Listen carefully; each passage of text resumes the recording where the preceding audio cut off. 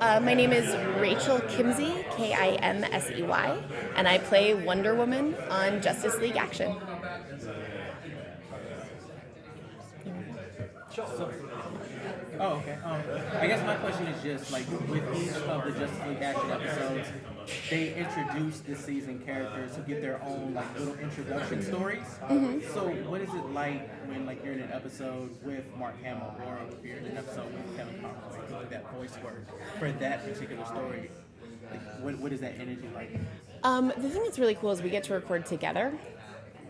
So for almost every episode that I'm in with, say, Mark Hamill or Kevin Conroy, I get like that, and then I have to smash the fangirl down because I'm such a big fan of the work that we're doing together, and then also, of course, their big body of work.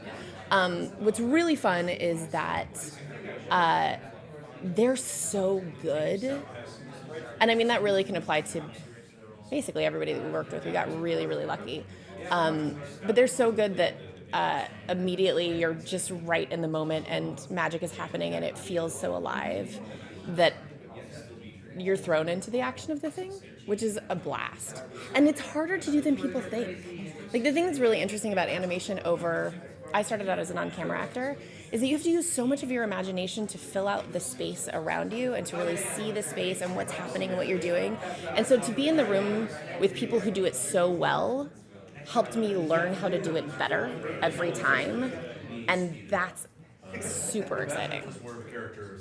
That's a long answer to your question. No, but I appreciate it because that's something I can definitely use, and you got into detail and your energy was really great. So thank you. Oh, good. Sometimes I forget to stop myself. So the last time we talked, we saw episode 1. Yep. We talked about Wonder Woman and how she blasted out on camera, on screen, sorry. How would you describe she's evolved since then? That's a great question, because she did. And it was really exciting to see that evolution as we were going through the course of the season. I was incredibly grateful when we were part of the way through the season and some of the writers whom you're going to meet today started saying, we started writing her a little different based on what we're getting in the room with you. And she got a little bit more ballsy and a little bit more casual. We lost a lot of the like great Hera, kind of formal speak, and a sense of humor came through that we just kind of leaned into, and there's a certain level of playful toughness that that doesn't undercut the strength, but allows for some levity and sense of humor, which is really fun because you start to really get the feeling that the Justice League is a group of people who work together. It's not like they showed up to do a mission today. It's like, no, they also like wash the coffee cups in the sink at the Hall of Justice on a Tuesday, and between other stuff, like they have inside jokes, and it's so fun with this show because we don't do the exposition that you just get to feel that between the characters, but it's still there and it's alive. It's super fun. So my question is, as part of the Justice League, Wonder Woman is often sort of like the one woman among us male superheroes. So what do you find that brings in terms of the actual recording and also just the way her character ends up in the episodes? Yeah, it's an interesting thing because we definitely experienced that, early on, because I think that that's part of it's often part of the culture of these stories of like, oh, and Wonder Woman, and get the girl in. And it was always really fun to kind of, because the group of guys that I was working with were such a blast, it was fun to be that girl in the room and be like, oh, this is what's happening behind the scenes or behind the curtain, What I loved is that as the season went on, that happened less and less.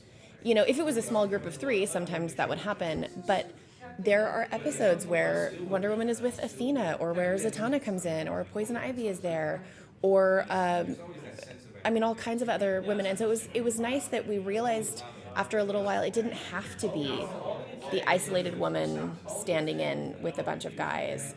At the same time, like one of my favorite episodes to record was with Diedrich Bader and Kevin Conroy, where I was like, I'm in a Batman sandwich.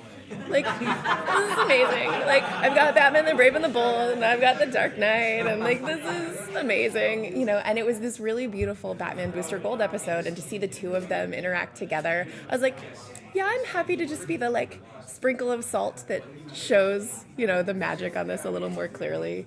So it's an interesting experience, but it's nice that I very rarely feel like a token, because they know that that's not really what Wonder Woman is, which is cool.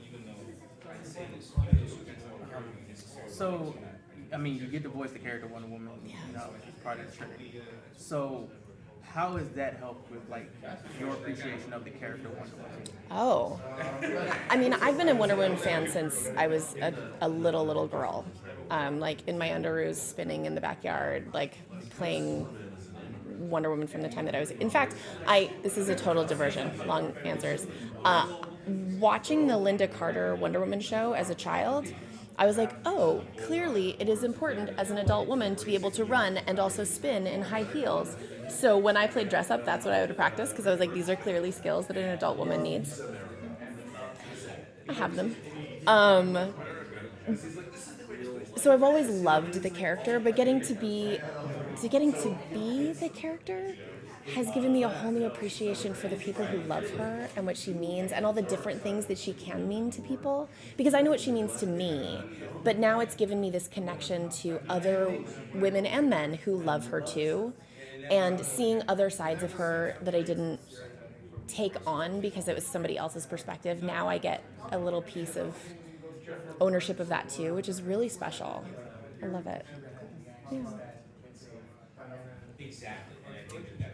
Favorite moment for Wonder Woman so far? What would it be? Oh, I got to work with Athena. The gods came to invite me to stand with Zeus, and I got to say I'd rather be here on Earth taking care of man. Like, it was a really beautiful episode and a really, really special moment, and getting to work with heroes of mine was amazing. Jessica Walters plays Athena, and she's incredible. And it felt like something bigger than me and bigger than just the story, and that's really a special place to be, which is cool.